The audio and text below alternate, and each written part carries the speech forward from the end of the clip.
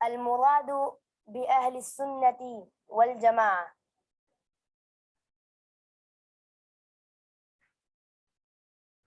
نبذة عن أهم الفرق في العقيدة التي يتكرر ذكرها: الجهمية، المعتزلة،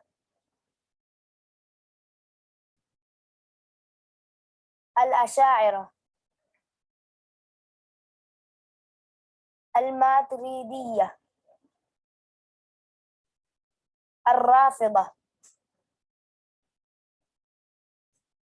تم بحمد الله.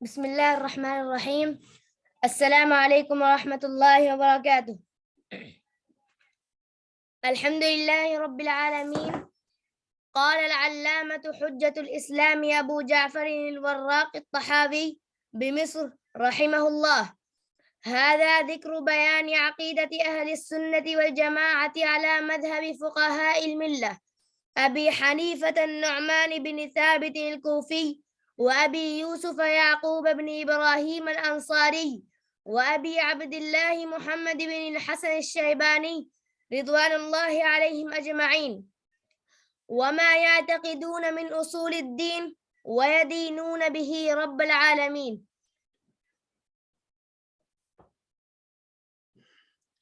یہ عبارت کل بھی پڑھی گئی تھی اور آج بھی اس کو دہرایا گیا تاکہ اسی کے مطابق ہم گفتگو کو آگے بڑھائیں۔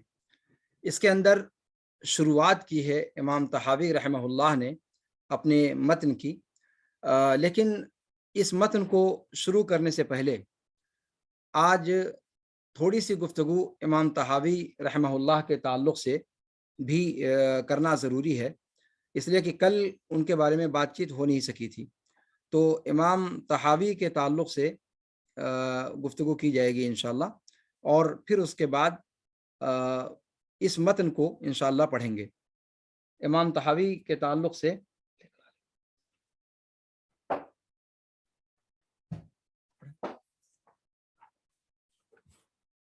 بسم الله الرحمن الرحيم.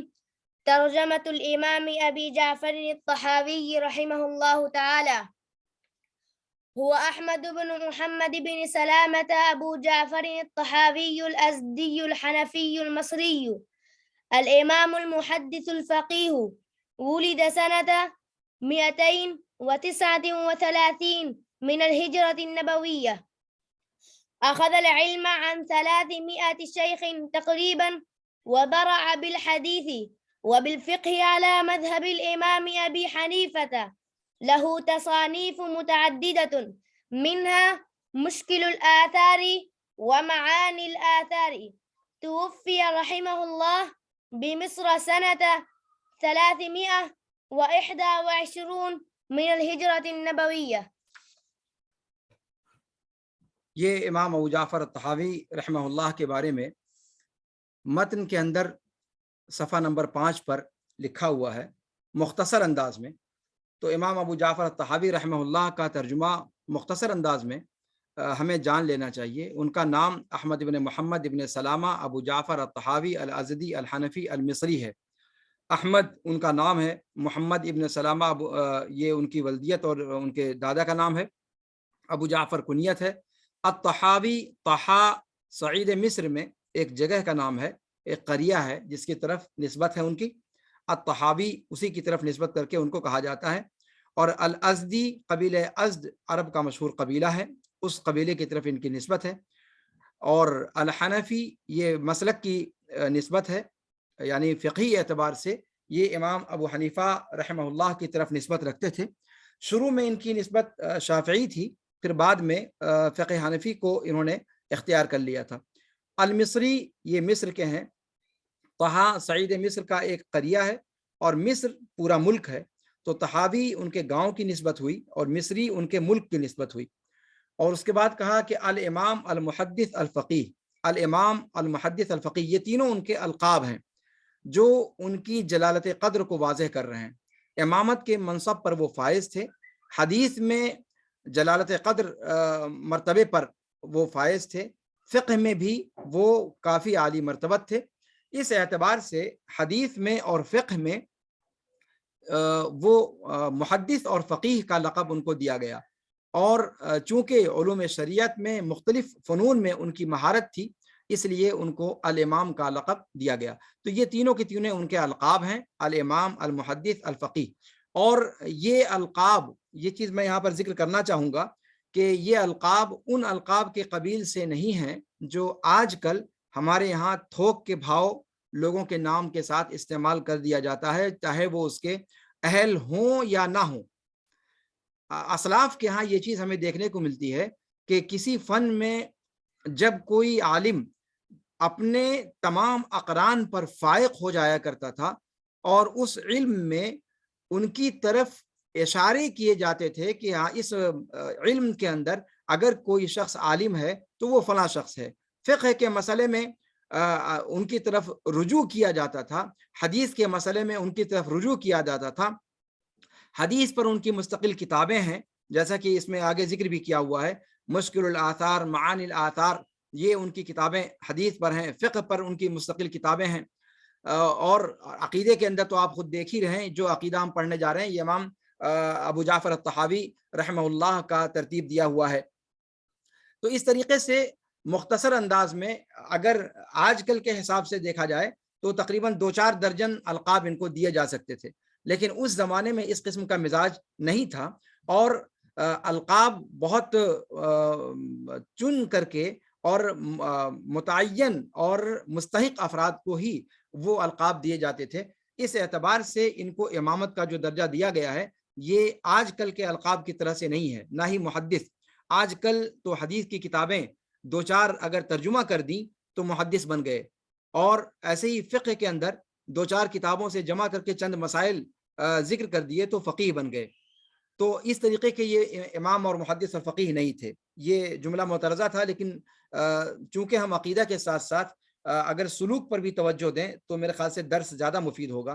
تو اس پہلو پر بھی ہمیں بہرحال توجہ کرنی چاہیے کہ القاب کا استعمال بے دریغ جس طریقے سے متاخرین کے ہاں پایا جاتا ہے, اور خاص طور سے اپنی جماعت کے اندر بھی اس قسم کے جراثیم جو سرایت کرتے جا رہے ہیں, یہ کوئی صحت مند علامت نہیں ہے. اس سے ہمیں گریز کرنا چاہیے. اور اسی لیے جو بعض محققین ہیں جماعت اہل حدیث کے, جیسے شیخ علامہ اسحاق بھٹی وغیرہ, تو ان لوگوں کے ہاں آپ دیکھیں گے بسا اوقات کہ بہت زیادہ القاب کا استعمال نہیں کرتے, اور ایسے ہی ڈاکٹر بہاؤالدین صاحب کے ہاں بھی آپ دیکھیں گے تو القاب کا استعمال بکثرت تھوک کے بھاؤ کرنا یہ اچھی روش نہیں ہے. جو مقام و مرتبہ کے مستحق ہوں انہیں دیا جائے, اس میں کوئی حرج کی بات نہیں ہے, لیکن بے دریغ اس کا استعمال اور غیر مستحق افراد پر اس کا استعمال یہ کم از کم جماعت اہل حدیث کا یا سلفیوں کا شیوا نہیں ہے. کہتے ہیں ان کی ولادت 239 ہجری میں ہوئی, اور علم انہوں نے تقریباً 300 اساتذہ سے حاصل کیا, اور حدیث کے فقہ فن میں ماہر ہوئے, اور فقہ کے فن میں امام ابو حنیفہ رحمہ اللہ کے فقہ پر انہوں نے مہارت حاصل کی. متعدد ان کی تصانیف ہیں جن میں سے مشکل الآثار اور معانی الآثار کا یہاں پر ذکر کیا گیا. ان کا انتقال مصر کے اندر ہوا سن 321 ہجری میں. یہ امام طحاوی رحمہ اللہ کی مختصر سوانح تھی جو ذکر کی گئی. اب اس کے بعد ہم آتے ہیں اصل موضوع پر جو آج عبارت پڑھی گئی, جس میں امام طحاوی رحمہ اللہ نے فرمایا ہے کہ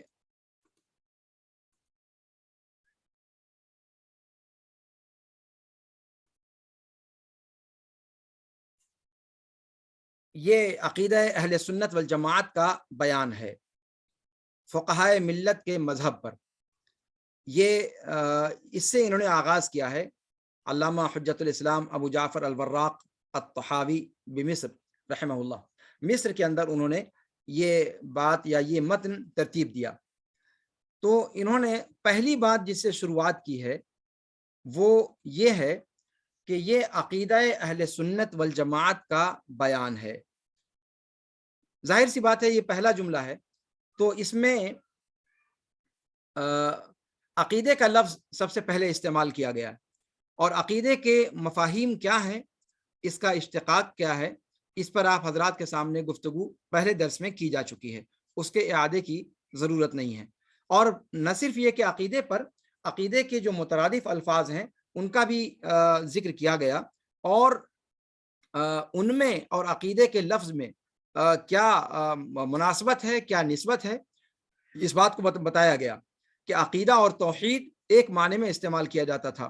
البتہ جو دیگر الفاظ ہیں جیسے سنت ہے یا شریعت ہے, تو اس کا اطلاق عقیدے پر بھی کیا جاتا ہے, اور عقیدے کے علاوہ اور دیگر مفاہیم کے لیے بھی ان کلمات کا استعمال ہوتا ہے. تو گویا عقیدے کے لفظ کے مترادف جو الفاظ ہیں ان میں سے بعض کے اندر خصوص ہے، بعض کے اندر عموم ہے، اور بعض بعین ہی عقیدہ کے مفہوم کو بیان کر رہے ہیں. اس پر تفصیل سے گفتگو ہو چکی ہے. ایسے ہی اصول الدین کا جو لفظ استعمال کیا جاتا ہے عقیدہ کے لیے، اس پر بھی گفتگو ہو گئی. اور اسی طریقے سے میں نے آپ سے کل یہ ذکر کیا تھا اصول الدین پر گفتگو کرتے ہوئے کہ اصول الدین اشاعرہ اور ماتریدیہ کے یہاں آ کر کے یہ اس اصطلاح کو قرار ملا. اس سے پہلے علم کلام کہا جاتا تھا، علم فلسفہ کہا جاتا تھا، اور مراد لیا جاتا تھا عقیدے کے علم کو. علم کلام کیوں کہا جاتا تھا عقیدے کے علم کو، یہ ایک لمبی گفتگو ہو جائے گی. اگر سارے مترادفات پر گفتگو کی جائے تو بات لمبی ہو جائے گی.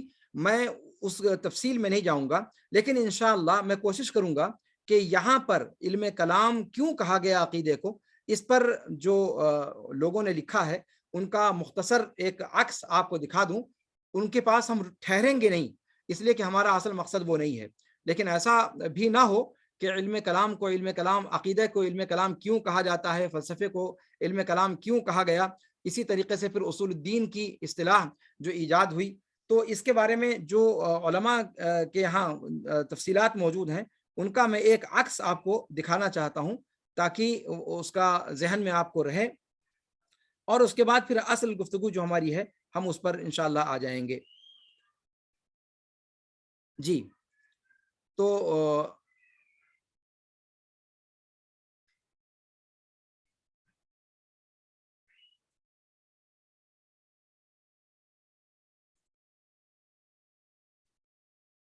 میں یہ کہہ رہا تھا کہ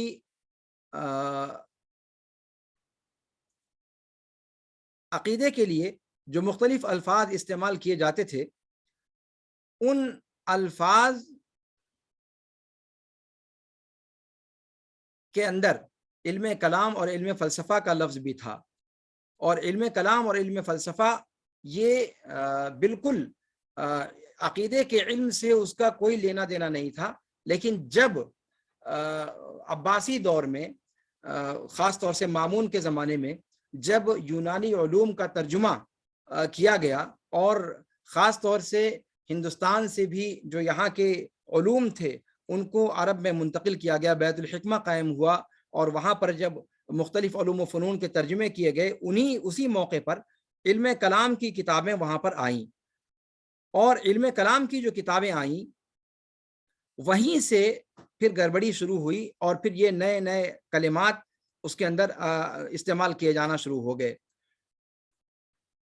تو علم کلام کے تعلق سے دیکھیے میں آپ کے سامنے ابھی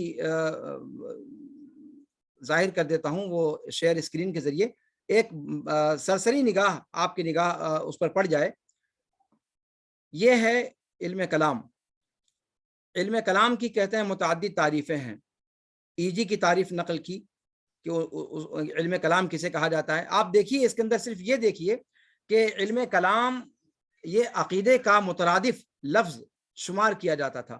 تفدازانی کی تعریف کی ہے علم کلام کی، تیسری تعریف ابن خلدون کی ہے.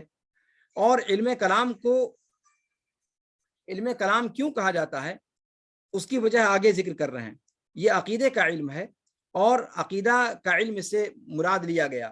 اس کا سبب تسمیہ کیا ہے اس کے بارے میں یہ آپ کے سامنے یہ صفحہ کھلا ہوا آپ کو دکھائی دے رہا ہوگا کہ علم کلام کو علم کلام کیوں کہا جاتا ہے جب عقیدہ اس سے مراد لیا گیا ہے. کہتے ہیں علم کلام اس لیے کہا گیا کہ چونکہ یہ منطق و فلسفے پر اس کی بنیاد تھی، تو اس کے مباحث عام طور پر اس طرح سے شروع ہوتے تھے کہ یہ کہتے تھے الکلام فی کذا و کذا، تو کلام فی کذا و کذا سے علم کلام کا لفظ لیا گیا. یا پھر یہ ہے کہ متکلمین کو لوگوں کو قانع کرنے کی جو قدرت حاصل تھی اس کے اعتبار سے کلام کو کلام کہا گیا. متکلمین سے متعلق جو علم تھا اس کو علم کلام کہا گیا، اور فلسفے سے متعلق جو علم تھا اس کو منطق کہا گیا. یا پھر یہ ہے کہ کلام اللہ کے اندر جو ان کا اختلاف، اللہ رب العالمین کی صفت کلام کے بارے میں جو مختلف الفاظ مختلف مسلک انہوں نے اختیار کیا اور اس میں بہت زیادہ تفصیل کے ساتھ گفتگو کی، اس وجہ سے علم کلام کا نام علم کلام پڑ گیا. یا پھر یہ کہ اس کے اندر قیل اور قال بہت زیادہ ہے، اور رد اور تردید و تنقید کے مباحث زیادہ ہیں، اس وجہ سے اس کو علم کلام کہا گیا. اور دیگر بھی اسباب اس میں ذکر کیے گئے ہیں، آپ کی نظر کے سامنے یہ میں نے پیش کر دیا ہے. تو یہ وجہ ذکر کی گئی علم کلام کو علم کلام کہنے کی. علم کلام اور علم فلسفہ یہ دونوں عقیدے پر بولا جاتا تھا. پھر بعد میں جب اشاعرہ معتزلہ کا غلبہ کم ہوا اور اشاعرہ اور ماتریدیہ کا غلبہ شروع ہوا تو انہوں نے اس لفظ کو بدل کر اصول الدین میں تبدیل کر دیا.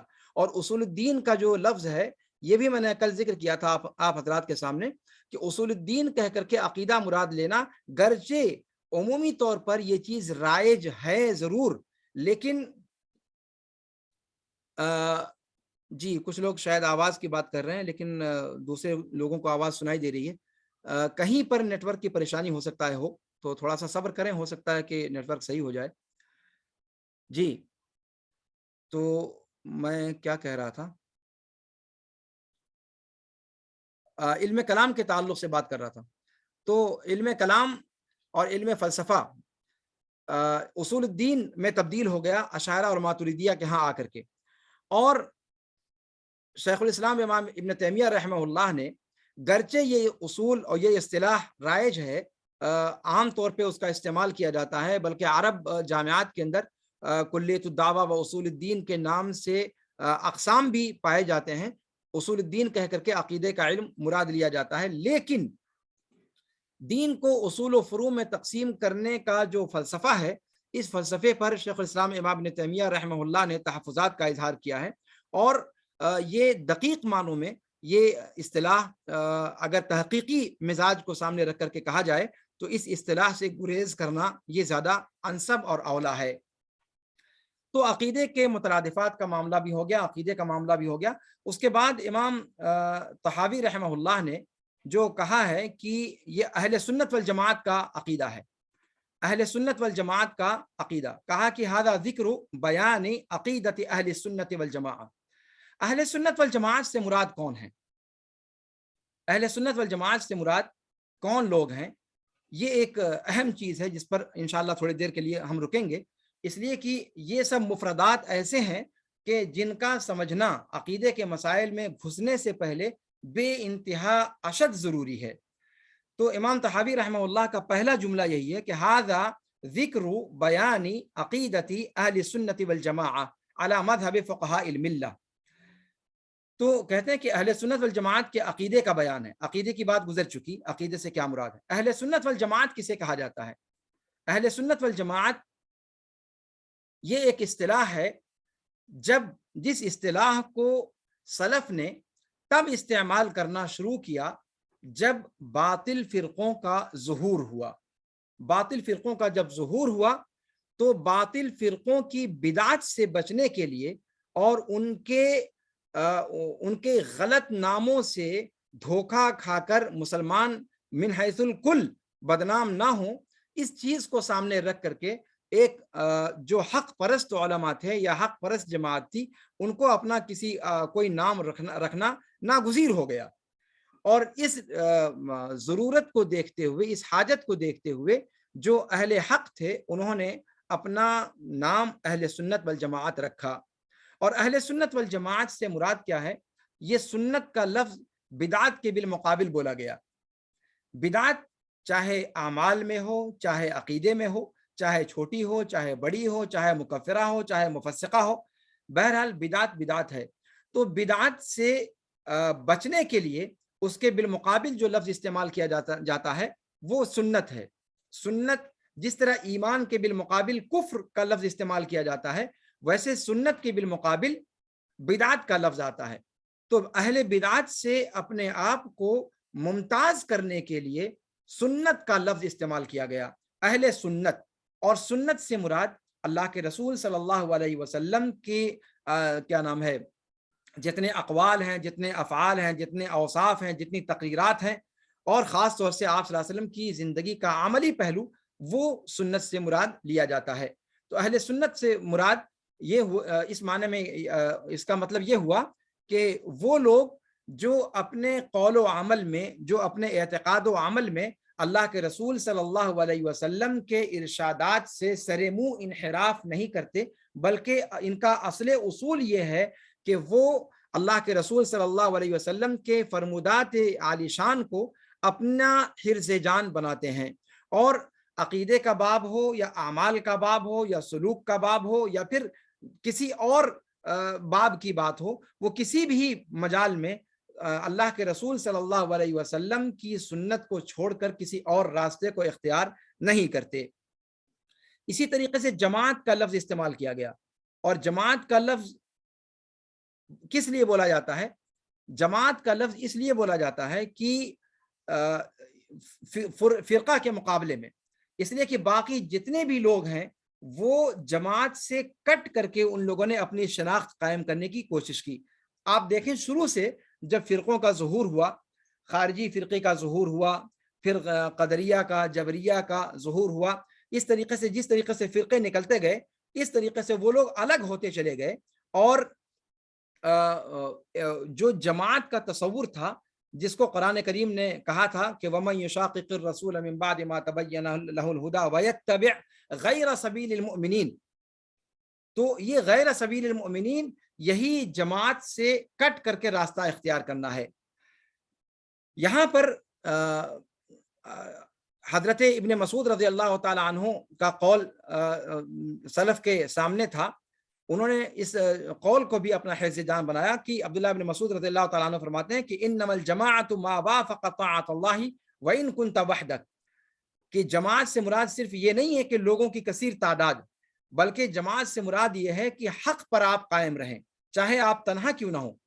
ابراہیم علیہ الصلوۃ والسلام کو جس طریقے سے امت کہا گیا جبکہ وہ تنہا تھے، ان ابراہیم کان امتا قانتا للہ حنیفا ولم یکن من المشرکین، تو جماعت ابن مسعود رضی اللہ تعالیٰ عنہ کہتے ہیں کہ انما الجماعت ما وافق طاعت اللہ وان كنت وحدک، جو اللہ رب العالمین کی اطاعت و فرما برداری کے موافق ہو وہی جماعت ہے گرچہ انسان اکیلا ہو۔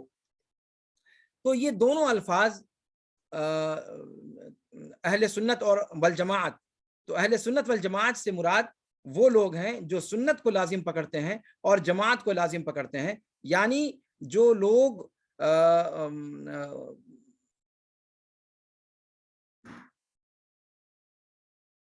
شاید 10 منٹ کے بعد بند ہو جائے، اگر اچانک بند ہو جائے تو اسی لنک سے دوبارہ آپ لوگ جوائن ہو سکتے ہیں۔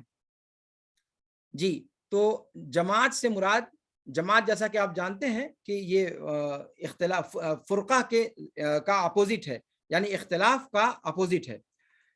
اصطلاح کے اندر جماعت جب کہتے ہیں تو اس سے مراد کئی معانی مراد لیے جاتے ہیں، میں آپ کے سامنے ان کو شیئر کر دیتا ہوں تاکہ مختصر وقت میں ہم اپنی گفتگو تیزی کے ساتھ آگے بڑھا سکیں۔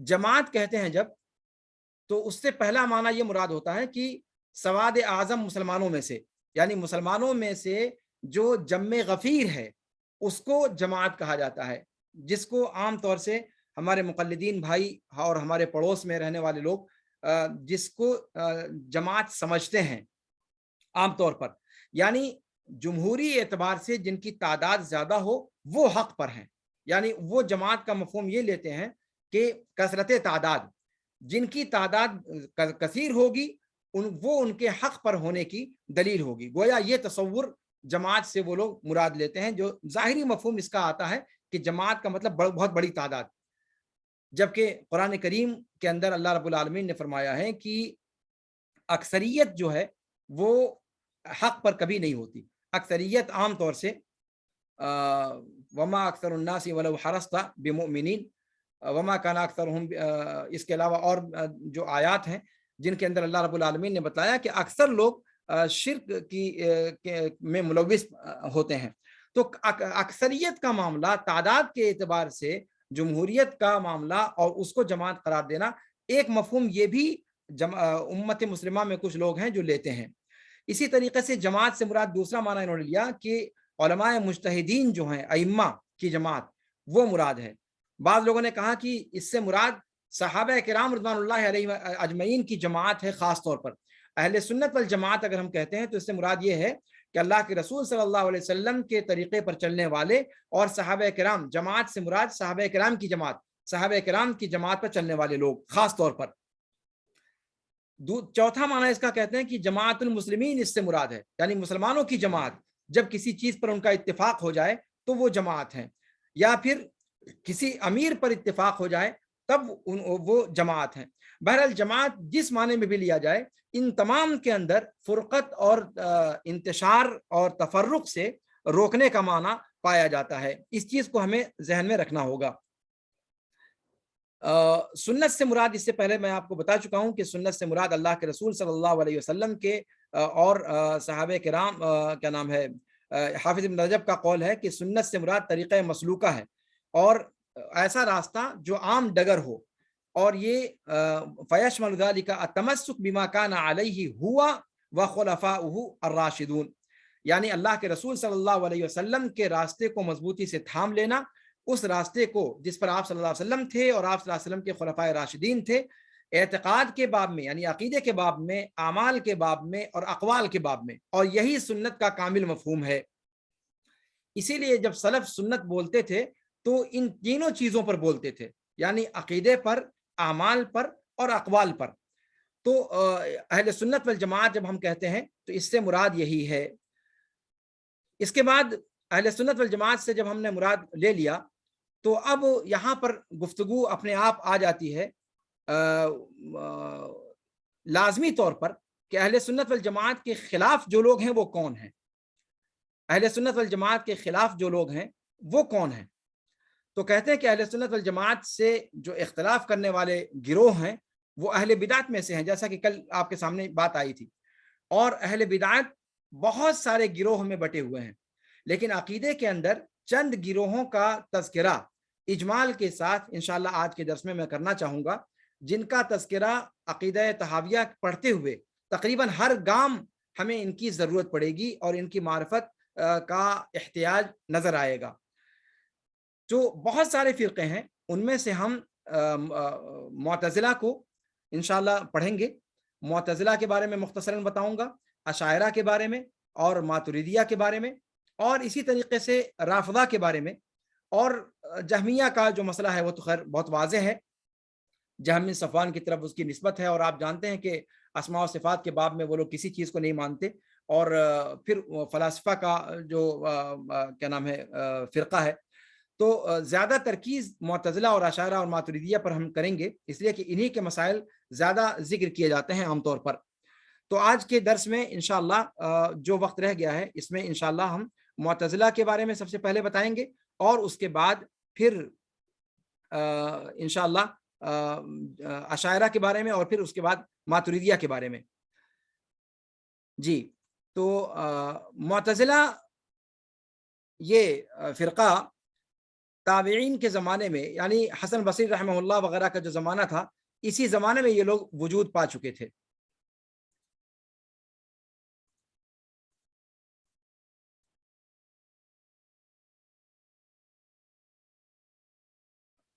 واصل ابن عطا بہت مشہور شخص گزرا ہے۔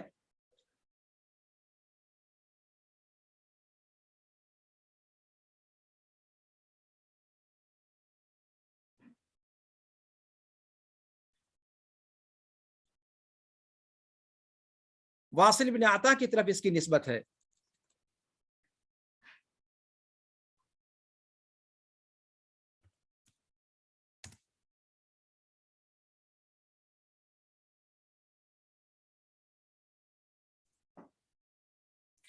جی،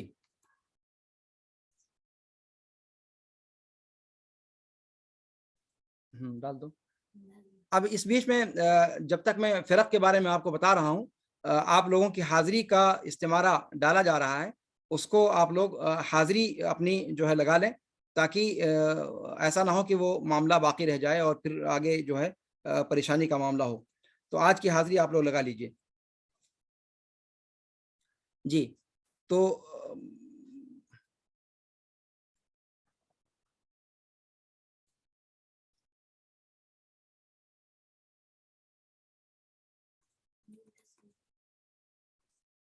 وقت ختم ہونا چاہتا ہے، اس سے پہلے کہ وقت ختم ہو، حاضری آج کی آپ لوگ لگا لیجئے گا۔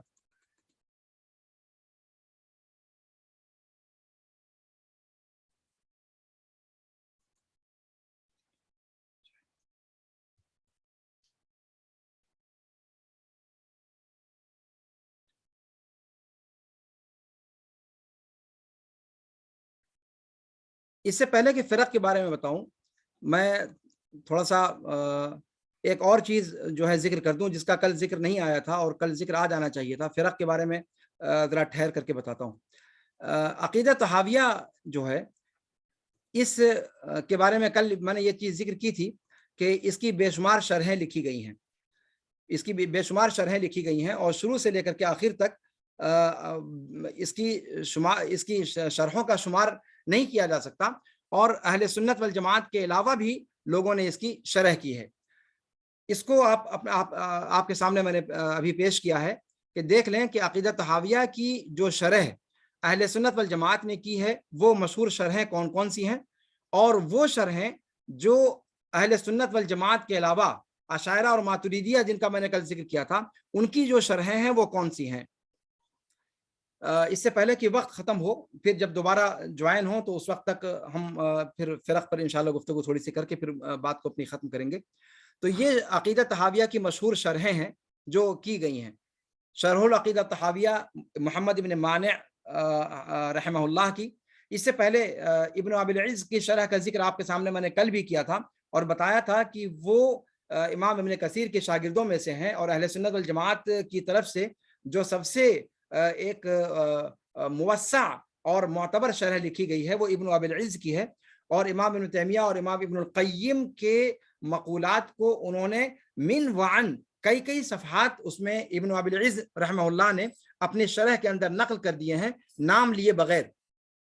اور نام نہ لینے سے ان کا مقصد یہ نہیں تھا کہ وہ شیخ الاسلام امام ابن تیمیہ یا ابن قیم کی تحریروں کو چوری کر کے ڈال رہے تھے، حاشا وکلا، بلکہ اس زمانے کا جو مزاج تھا اس مزاج کو سامنے رکھ کر کے. اور آج بھی آپ دیکھ لیں کہ وہابیوں کی کتابوں کو شجر ممنوعہ سمجھا جاتا ہے، اور خود امام شیخ الاسلام محمد بن عبد الوہاب کی کتاب التوحید کا معاملہ ہے کہ کتاب التوحید اوپر اگر صرف نام لکھا رہتا ہے محمد بن عبد الوہاب تو اس کتاب کو جو باطل فرقے ہیں وہ پڑھتے نہیں ہیں. اس لیے بسا اوقات سر ورق پھاڑ کر کے جب دیا گیا تو کتاب کو پڑھا تو لوگوں نے اس کی حقانیت کو سمجھا. تو یہ سب صورتحال ہوتی ہے، اور یہ صورتحال صرف آج کی نہیں ہے، ماضی قدیم سے یہ چیز زمانے قدیم سے یہ چیز پائی جاتی ہے. تو امام ابن ابی العز رحمہ اللہ نے ابن تیمیہ اور ابن قیم کا نام لیے بغیر ان کی کتابوں سے اخذ کیا اور اس کا نام ذکر نہیں کیا. لیکن یہ کہ انہوں نے سلفی انداز کی شرح لکھی، ان کا مقصد یہ تھا کہ لوگ مسئلے کو سمجھیں، کہنے والا